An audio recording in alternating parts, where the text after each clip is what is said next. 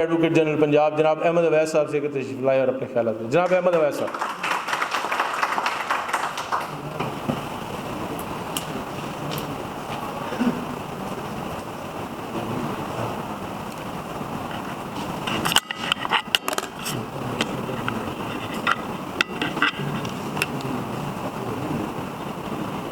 بسم اللہ الرحمن الرحیم. Honorable President, Lahore High Court Bar Association,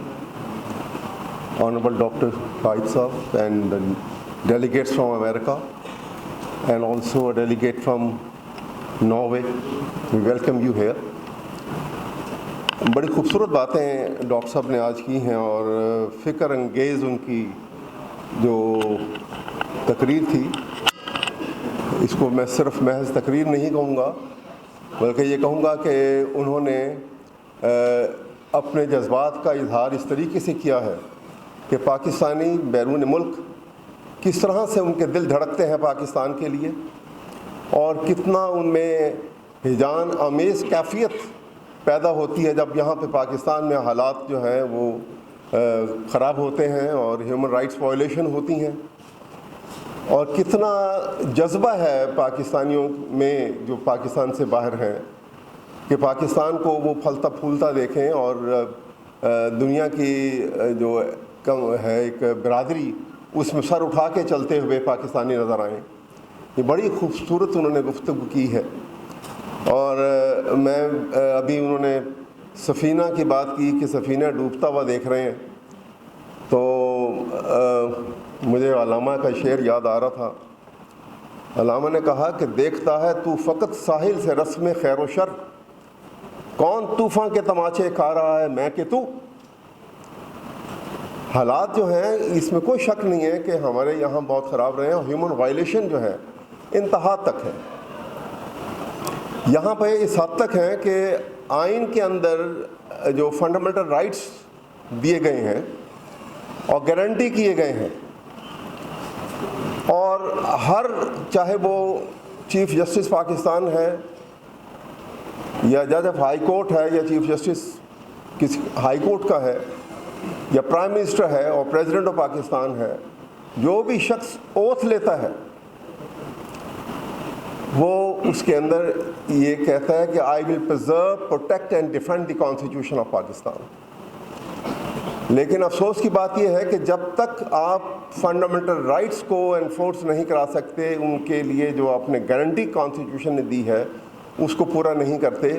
تو آپ پاکستان کے کانسٹیٹیوشن کو نہ پروٹیکٹ کرتے ہیں نہ ڈیفینڈ کرتے ہیں،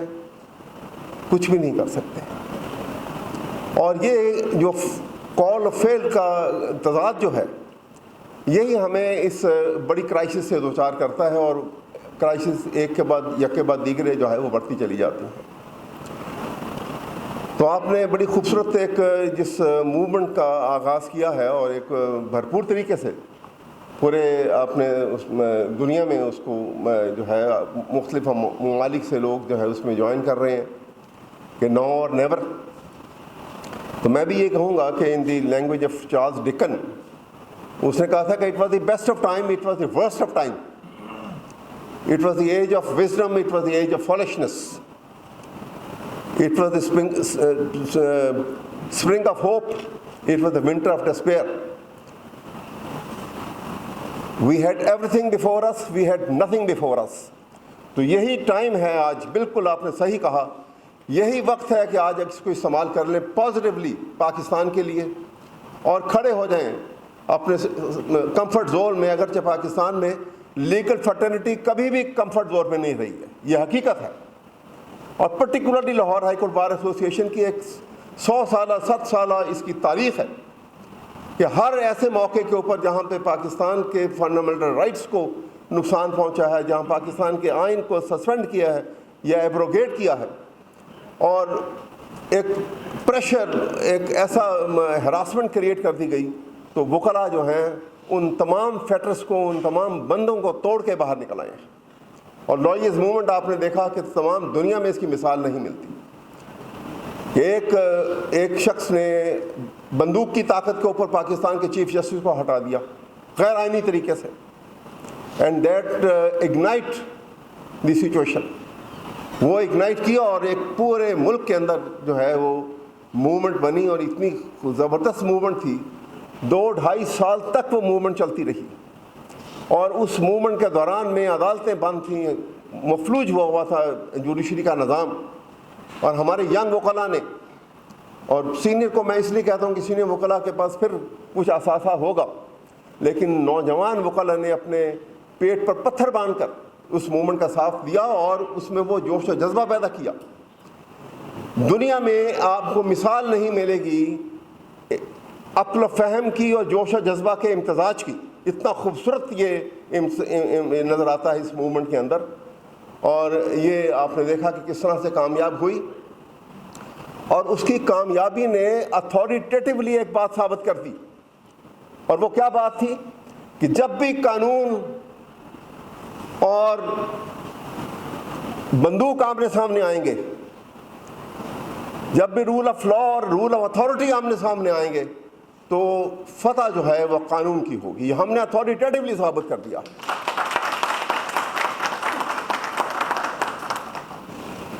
اور اسی لیے یہ یہاں پہ جس طرح سے آپ نے بات کی ہے کہ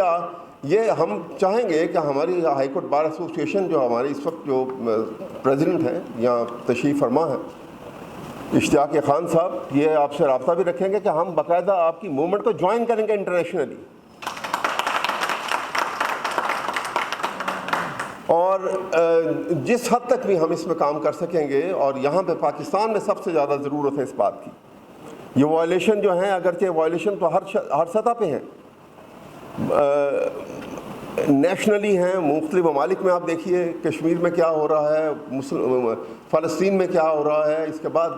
یو این او کا سامنے رکھ لیجئے تو وہاں بھی آپ دیکھیں گے کہ یو این او جو ہے وہاں پر بھی آپ پاکستانی امریکن یہاں پر ہیں، آپ کے لیے جہاں پاکستان کا انٹرسٹ ہے وہاں امریکن کے متعلق بھی جو امریکہ جو ہے، لیکن ایز اے سپر پاور جو رول ادا کرنا تھا امریکہ نے، وہ رول بھی ادا نہیں ہو رہا۔ اس کے لیے بھی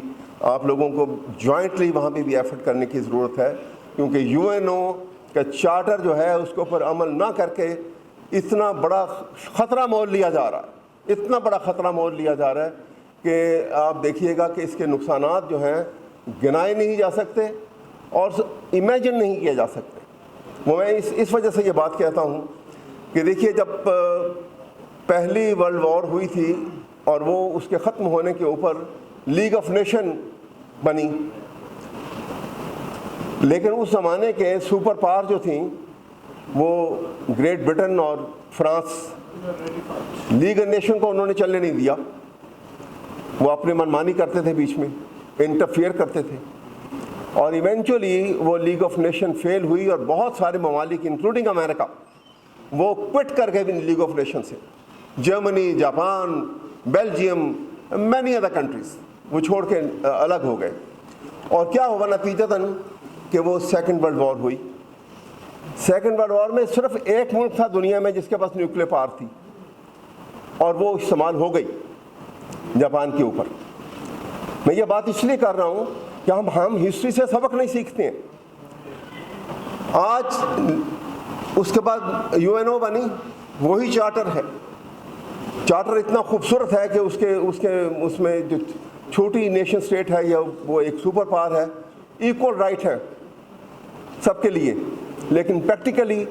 اس وقت کی سپر پاور جو ہے وہ لیگ آف نیشن میں انٹرفیئر کرتے تھے، آج کی سپر پاور جو ہے وہ یو این او کے اندر انٹرفیئر کرتی ہے۔ تو میں یہ کہنا چاہتا ہوں آپ کے سامنے کہ یہ اس بڑے خطرے کی بھی نشاندہی کرتا ہوں، اس لیے کہ وہ ایک نیوکلیر پاور تھی جو ایکسرسائز ہو گئی، آج ڈزن آف کنٹریز ساری دنیا میں ڈکلیئرڈ اور ان ڈکلیئرڈ نیوکلیر پاور ہے ان کے پاس، اور خدا نخواستہ کہیں پر بھی نیوکلیر فلیش پوائنٹ بنا تو that will be the end of this plant. جو حالات ہیں آج ہمارے پاس، اتنی سوفسٹیکیٹڈ ٹیکنالوجی ڈیولپ ہو چکی ہے، تو اس وقت کے ایک ہوا تو اس کی ہسٹری لکھنے والے تو بہت سارے تھے جنہوں نے سیکنڈ ورلڈ وار کی ہسٹری لکھی ہے۔ خدا نہ کرے کہ وہ وقت آئے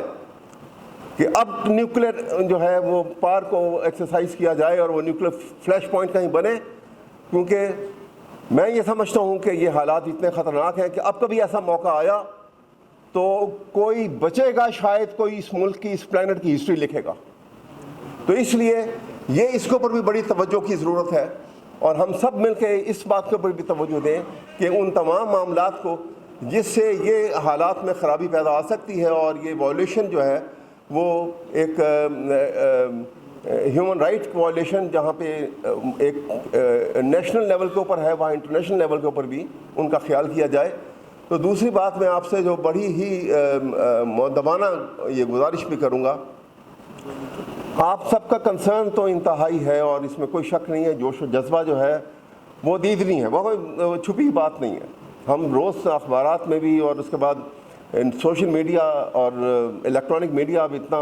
اس نے it has really shorten the world, the world has become a global village because of it۔ تو تمام باتیں ہم دیکھتے ہیں، محسوس کرتے ہیں، اور آپ کا کنسرن بھی ہم دیکھتے ہیں، لیکن اس کے لیے آپ زیادہ سے زیادہ مختلف جو کراس سیکشن آف پیپل ہیں، لیگل فرٹرنیٹی سے آپ ملے ہیں، Lahore high court bar association نے آج آپ کو ویلکم کیا، آج یہاں پر ہوا، لیکن اس کے علاوہ آپ دیکھیے گا کہ بہت سارے جو مکتبہ فکر اور ہیں، جو جہاں پہ ہراسمنٹ جہاں سے کریٹ کی جاتی ہے، جہاں پہ ہیومن رائٹس کی وائلیشن کی جاتی ہے، جہاں پہ جن لوگوں کو گرفتار کیا جاتا ہے ان کو بتایا بھی نہیں جاتا کہ وہ کیوں گرفتار ہیں، ان کو جیلوں میں ڈال دیا جاتا ہے اور جیلوں کے مینول کے مطابق ان سے سلوک بھی نہیں کیا جاتا۔ وہ انسان ہیں لیکن جانور سے بدتر سلوک کیا جاتا ہے جیلوں کے اندر، ان کے ساتھ غائب کر دیا جاتا ہے، کیونکہ اگر وہ آئیں گے سامنے تو پھر عدالت میں پیش کرنا پڑے گا، لہٰذا ان کو وہ کہہ رہے تھے غائب ہو گیا۔ ایک صحافی غائب ہو گئے، ان کی گرفتار ہو گئے، ان کے متعلق ایک پٹیشن دائر ہوئی، اور پٹیشن میں عدالت نے باقاعدہ حکم دے دیا کہ ان کو جو ہے وہ آپ رہا کر دیں۔ کچھ دنوں کے بعد دوبارہ پٹیشن آئی کہ جناب وہ جو آپ نے وہ رہا کرنے کا حکم دیا تھا تو وہ رہا تو کوئی نہیں کیے انہوں نے۔ عدالت نے فوراً I G police, a person not less than I G police, inspector general Punjab, اس کو بلایا کہ بھائی وہ میں نے یہ حکم دیا تھا اور یہ it's a violation of the court order، تو وہ آپ نے رہا کیوں نہیں کیا؟ کہنے کہ جی وہ افغانی اٹھا کے لے گئے اس کو۔ اب اندازہ لگائیے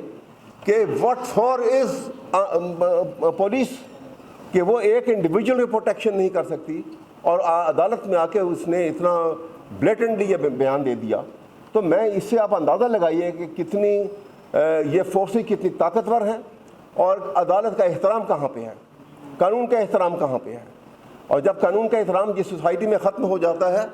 that society become free for all. اور یہاں پہ میں آپ کو تھوڑا سا ضمناً تھوڑی سی بات میں اس بات کا مائنڈ فل ہوں کہ میں نے زیادہ وقت لے لیا آپ کا، لیکن میں یہ بتانا چاہوں گا کہ یہ fundamental rights, rule of law, constitution, یہ اس کا ہمیں علم جو ہے، کیونکہ ہم تو ویسٹرن یونیورسٹیوں میں، آپ نے بھی پڑھا، ہم نے بھی پڑھا، انہیں کے جورسٹ، انہیں کے اسکالرز، اور ہمارے ذہن میں ایک تاثر ہے کہ یہ سارے انلائٹن کانسیپٹ جو ہیں وہ یہاں سے ملتے ہیں ہمیں، لیکن حقیقت یہ نہیں ہے۔ یورپین ہسٹری کو پڑھیں تو وہ 15 سینچری سے پچھلے پیریڈ کو کہتے ہیں ڈارک ایجز ہیں، رینیسنس اس کے بعد شروع ہوتا ہے، وہ اس کو کہتے ہیں انلائٹن پیریڈ ہے ان کا۔ لیکن I take you back to 1500 years, 1500 سال پیچھے لے جاتا ہوں آپ کو، جب ساری دنیا میں بادشاہ کا نظام تھا، کوئی اور نظام نہیں تھا ساری دنیا کے اندر۔ اور بادشاہ کس کو کہتے تھے؟ جس نے جتنا علاقہ فتح کر لیا، اس علاقے میں اس کے منہ سے نکلا ہوا لفظ وہاں کا قانون، وہ بادشاہ ہے۔ لیکن ایک بہت بڑا لیکن ہے، وہ خود اس قانون کا پابند نہیں ہے، اس کو بادشاہ کہتے تھے۔ ایسے دور میں ہجرت کر کے رسول پاک صلی اللہ علیہ وسلم جب جا کے سٹی اسٹیٹ آف مدینہ بناتے ہیں، تو مدینہ کی بنیاد جو ہے وہ کسی بادشاہتی نظام پہ نہیں رکھی گئی۔ اللہ تعالیٰ چاہتے تو ان کو بھی بادشاہ بنا دیتے، حضرت سلیمان کو، حضرت داؤد کو بادشاہ بنایا، قرآن شریف میں ہے، لیکن ان سے اللہ نے وہ کام کروانا تھا کہ رہتی دنیا تک وہ آئیڈیل نظام رہے گا، اسی لیے ان کو خطاب بھی اللہ نے رحمت للعالمین کا دیا۔ تو انہوں نے جب اسٹیٹ آف مدینہ بنی تو اسٹیٹ آف مدینہ کی بنیاد رول آف لا پہ تھی، 1500 سال پہلے۔ کوئی وہاں کا بادشاہ نہیں تھا، everyone was declared to be subservient to law and equal before law، یہ بنیاد تھی۔ اور یہی بنیاد جب تک رہی، مسلمانوں نے بہت ترقی کی، مسلم اسٹیٹ کہاں سے کہاں، اسلامک ریاست کہاں سے کہاں پہنچ گئی، لیکن جب ہم نے رول آف لاء سے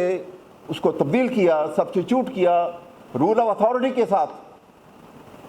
تو ہم انحطاط پذیر ہو گئے، ڈیٹیوریشن شروع ہو گئی، اور تمام یورپ اور امریکہ جو جہاں پہ رول آف اتھارٹی کے نظام تھے، بادشاہت کے نظام تھے، وہ چھوڑ کے انہوں نے رول آف لاء کی طرف گئے اور دنیا میں ترقی کر لی۔ تو یہ میں آپ کے سامنے بتانا چاہوں گا کہ یہ کانسیپٹ کہاں سے نکلا تھا۔ تو یہ ساری گزارشات میں نے اس لیے کی ہیں کہ ہم بھی یہاں یہی چاہتے ہیں کہ رول آف لاء ہو، ہم بھی چاہتے ہیں کہ انسان کو انسان کی نظر سے دیکھا جائے، ہم بھی یہ چاہتے ہیں کہ ہر انسان جو ہے وہ آدم کی شکل میں ان کی اولاد ہے، اس کا رنگ و نسل سے قطع تعلق، ہمیں انسان کو انسان کی شکل میں دیکھ کے اس کی رسپیکٹ کرنی چاہیے اور اس کی عزت و تعظیم کا خیال رکھنا چاہیے، اس کی رائے کا بھی خیال رکھنا چاہیے۔ یہی ڈیموکریسی ہے، یہی وہ ایٹیٹیوڈ ہے جس کو ڈیموکریسی کہتے ہیں۔ تو یہ میں نے جو آپ کے سامنے باتیں کی ہیں، اور ہم کمیٹڈ ہیں، ہم اب بھی کمیٹڈ ہیں کہ حالات اگر ڈکلیئر کر چکے ہیں، یہ پریزیڈنٹ یہاں موجود ہیں، یہ اپنی کنونشن میں ڈکلیئر کر چکے ہیں کہ پاکستان میں لائز موومنٹ جو ہے اٹ از ان دی آفنگ۔ پاکستان کے حالات اور ڈیٹیریٹ ہوتے ہیں اگر، اور کانسٹیٹیوشن کو جو ہے وہ بالائے طاق رکھ دیا جاتا ہے، اور اس کی ڈیویشن ناٹ اونلی کہ اس سے ڈیویٹ کرتے ہیں بلکہ اس کی وائلیشن ہوتی ہیں، اور عدالتوں کی قدر مملکت جو ہے اس کی عزت جو ہے تعظیم جو ہے اس کا خیال نہیں رکھا جاتا اور عدالت کے حکم کو نہیں مانا جاتا، تو یہ بات جو ہے یہ ڈکلیئر کی جا چکی ہے کہ ایک بہت بڑی لائز موومنٹ جو ہے اٹ از ان دی آفنگ۔ ہم پورے پاکستان ملک یہ موومنٹ شروع کریں گے، اور رول آف لاء کی اتھارٹی کو اسٹیبلش کرنے کے لیے پاکستان میں، اور کانسٹیٹیوشن اتھارٹی کو بحال کرنے کے لیے ہم سب مل کے کام کریں گے، اور کسی بڑی سے بڑی قربانی سے دریغ بھی نہیں کریں گے۔